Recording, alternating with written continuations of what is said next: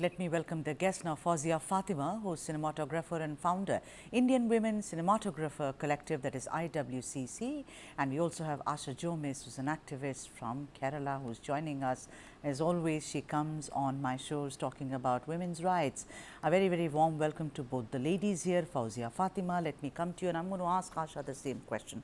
Like I said, yesterday I did this show, and a member of WCC, Women's Collective, Cinema Collective, said don't demonize the Malayalam film industry. Someone else also said that you should not demonize it. The usual whataboutery began that look at that industry, this industry. All I'm saying is there is a problem, and I think we need to face it. Do you think this is demonizing the Malayalam film industry? And I quoted people like Adur, I quoted people like Shaji Karun, Arvindan. I said I'm a great fan, and for God's sake, Malayalam cinema today people may have discovered. Good for them, young generation. But it's got, it's like Bengali cinema. It's been there, on the anvil. So do you think it's demonizing it unnecessarily, blowing it out of proportion, both the Hema Committee report as well as what has transpired so far? Fawzia Fatima. See, when we are talking about the facts, then it is a matter is coming out in the open, and it needs to be discussed and got to the source of why it is there and how it can be changed for the future. Now, going in a punitive way or tracking XYZ person it becomes an individual. It's another process, but it is an opportunity for us to reflect on why the situation is like this and how we can change it in future. I think that is much more meaningful, and yeah, there should be a due process and demonizing. I mean, it's a rhetorical game actually. Right. Okay. Asha Jomis, Fawzia Fatima started this conversation. Of course, she says that we need to face it, head on and look at why does this happen and why it should not happen going forward. But the whole point is that now the Kerala police is very clear, and they are saying, listen, we can't possibly go after the perpetrators. Now, we know that the report talks about even those who are juveniles. I mean, I'm using that term legally and not in any other fashion. Young girls who, and we know that our industry has 15-year-olds acting as heroines. Enough and more evidence is there. There are child artists, who are actually in the cusp, prepubescent as it's called.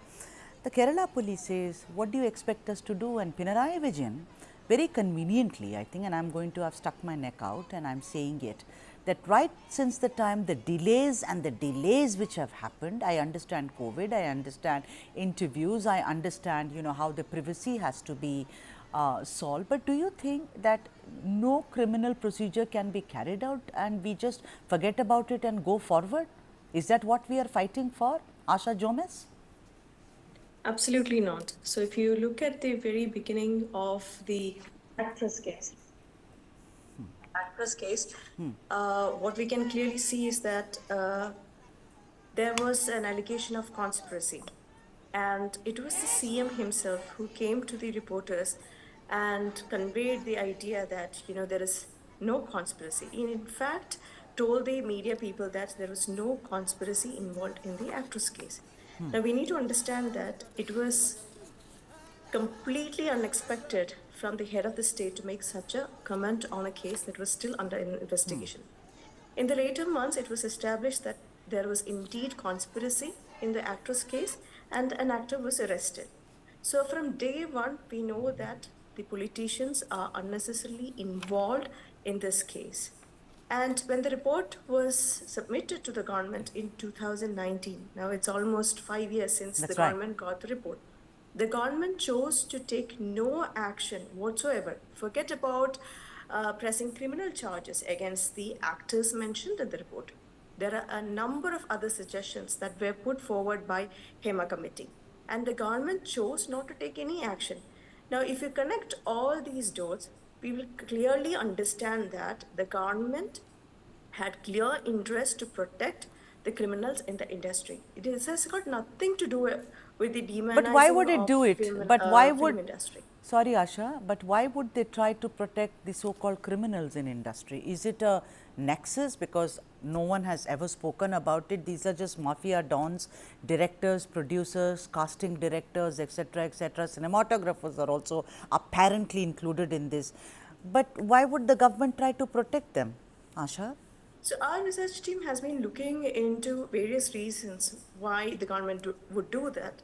And while there are limitations with the mainstream media to report or to bring out the names in the power group as mentioned in the report, today morning, Media One came out with a report saying that, it is not just the Hema Committee report. There was a competency committee that was, sorry, not competency, competition committee that came out with a very similar report and named the top superstars, Right. Mammootty, Mohanlal and Dilip as the power group or the group that controlled the film industry.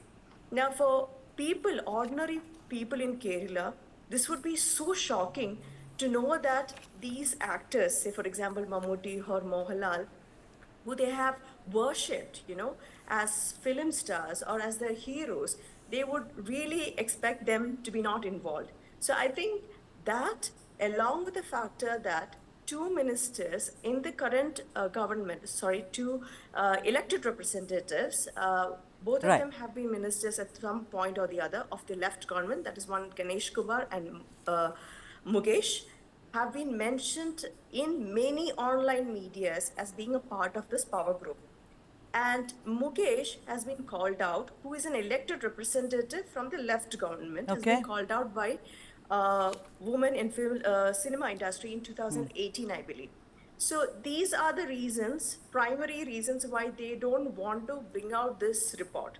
Because if they bring out this report and have to take action, then they have to take action against these most powerful men. All right. So I'm quoting this based on the reports coming out from Media One, online channels, etc. All And right. again with Ganesh Kumar and Mukesh, since they are within the government, they are part of the government. So you understand the irony, right? Well, So they're not sure. just film stars, they're Yeah. also elected representatives of the All left right. government who Okay. are involved with abusing women.